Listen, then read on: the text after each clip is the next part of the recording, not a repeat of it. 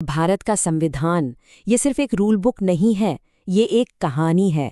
एक देश के जन्म की कहानी जो पिछले 150 सालों के संघर्षों, समझौतों और सपनों से बुनी गई है। तो सवाल ये उठता है कि किसी देश की नियम पुस्तिका, उसका संविधान आखिर बनता कैसे है? क्या कोई बस एक दिन एक खाली कागज लेकर बैठ जाता है और सब कुछ लिख देता है? सच तो ये है कि ऐसा शायद ही कभी होता है, और भारत के मामले में बिल्कुल नहीं। हमारा संविधान रातों रात नहीं लिखा गया, बल्कि एक बहुत लंबे सफर का एक इवोल्यूशन का नतीजा था। चलिए इस सफर की शुरुआत में चलते हैं। साल था 1773। उस वक्त भारत पर किसी देश का नहीं, बल्कि एक ट्रेडिंग कंपनी का राज था। हाँ, ईस्ट इंडिया कंपनी। और उस दौर में ब्रिटिश पार्लियामेंट जो भी कानून बना रही थी ना, उनका मकसद कोई देश बनाना नहीं था। उनका फोकस तो बस इस कंपनी की गतिविधियों को कंट्रोल करना। और पता है क्या हुआ? इसी कंट्रोल की कोशिश में अनजाने में ही सही एक पूरे एडमिनिस्ट्रेटिव स्ट्रक्चर की नींव रख दी गई। ये 3 एक्ट्स एक के बाद एक जैसे दीवार की ईंटें थीं।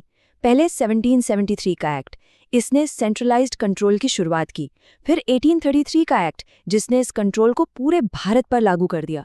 और आखिर में 1853 का एक्ट, इसने पहली बार लेजिस्लेटिव यानी कानून बनाने वाले और एग्जीक्यूटिव यानी कानून लागू करने वाले कामों को अलग किया।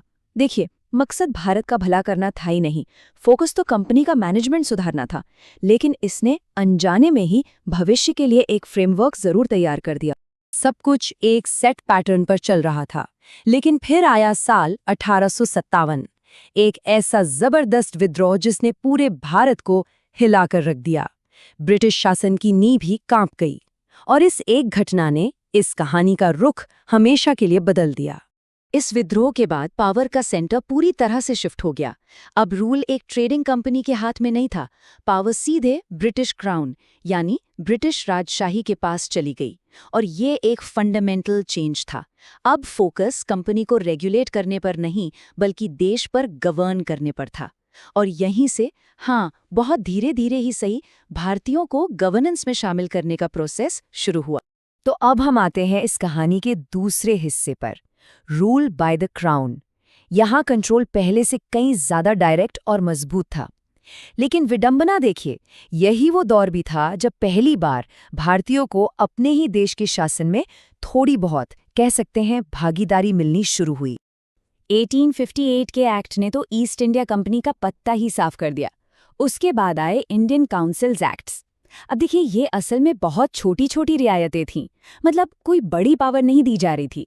लेकिन इन एक्ट्स ने पहली बार भारतीयों के लिए लेजिस्लेटिव काउंसिल्स में अपनी बात रखने का दरवाजा जरूर खोल दिया। फिर 1919 में एक नया और, कहना पड़ेगा, काफी उलझा हुआ सिस्टम लाया गया। इसे कहते हैं डायरकी या द्वैध शासन। आसान भाषा में समझे तो डबल गवर्नमेंट, मतलब प्रोविंशियल सब्जेक्ट्स को 2 हिस्सों में बांट दिया गया। जो ज्यादा जरूरी थे, जैसे फाइनेंस और लॉ, वो गवर्नर के पास, और जो कम जरूरी थे, जैसे एजुकेशन और हेल्थ, वो भारतीय मंत्रियों को दे दिए गए। ये पावर शेयरिंग का एक बड़ा अजीब सा आधा अधूरा एक्सपेरिमेंट था।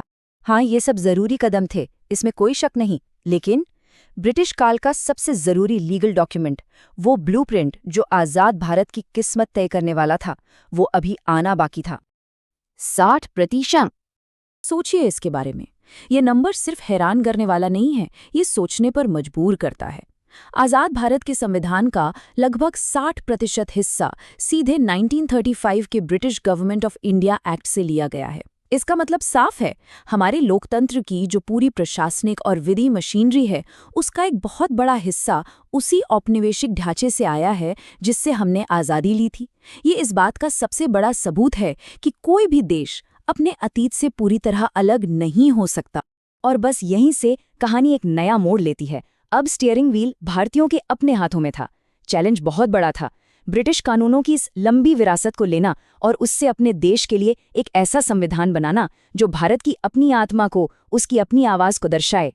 और ये काम एक अविश्वसनीय रफ्तार से किया गया। दिसंबर 1946 में संविधान सभा की पहली मीटिंग हुई। उसी महीने उद्देश्य संकल्प के साथ संविधान का विजन सेट कर दिया गया। अगस्त 47 में आई ड्राफ्टिंग कमेटी, और बस 2 साल से थोड़ा ज्यादा वक्त में नवंबर 1949 तक संविधान को औपचारिक रूप से अपना लिया गया। ये 2 साल एक जबरदस्त वैचारिक दौड़ थे। इस बड़े काम के पीछे जाहिर है कुछ असाधारण लोग थे। ड्राफ्टिंग कमेटी के चेयरमैन और इसके मुख्य वास्तुकार थे डॉक्टर B.R. अम्बेडकर। पूरी संविधान सभा की कार्यवाही को गाइड कर रहे थे इसके अध्यक्ष डॉक्टर राजेंद्र प्रसाद, और संवैधानिक सलाहकार थे B.N. राव, जिन्होंने इसका शुरुआती मसौदा तैयार किया था। लेकिन एक दिलचस्प सवाल है, जब संविधान 26 नवंबर 1949 को ही तैयार हो गया था, तो इसे लागू करने के लिए 26 जनवरी 1950 तक यानी 2 महीने इंतजार क्यों किया गया? इसके पीछे एक ऐतिहासिक कारण है। ये तारीख 1930 में की गई पूर्ण स्वराज यानी पूर्ण स्वतंत्रता की घोषणा का सम्मान करने के लिए चुनी गई थी। ये एक प्रतीकात्मक कदम था, अतीत के संघर्ष को भविष्य की उम्मीद से जोड़ने का। तो ये थी वो कहानी, एक विदेशी शक्ति के बनाए नियमों से शुरू होकर अपने ही लोगों द्वारा अपने ही लोगों के लिए बनाए गए एक संप्रभु दस्तावेज तक का सफर। 150 साल लंबा और कहना पड़ेगा काफी जटिल रास्ता, जिसके हर मोड़ ने हमारे संविधान पर अपनी एक गहरी छाप छोड़ी है। सोचिए, एक ऐसा संविधान जिसका जन्म औपनिवेशिक कानूनों से हुआ। ये हम सबको एक बहुत गहरे सवाल पर लाकर खड़ा कर देता है। किसी भी देश का अतीत, उसका इतिहास, उसके भविष्य को आखिर कैसे आकार देता है? और क्या कोई भी देश अपने इतिहास की परछाई से कभी पूरी तरह बाहर निकल सकता है?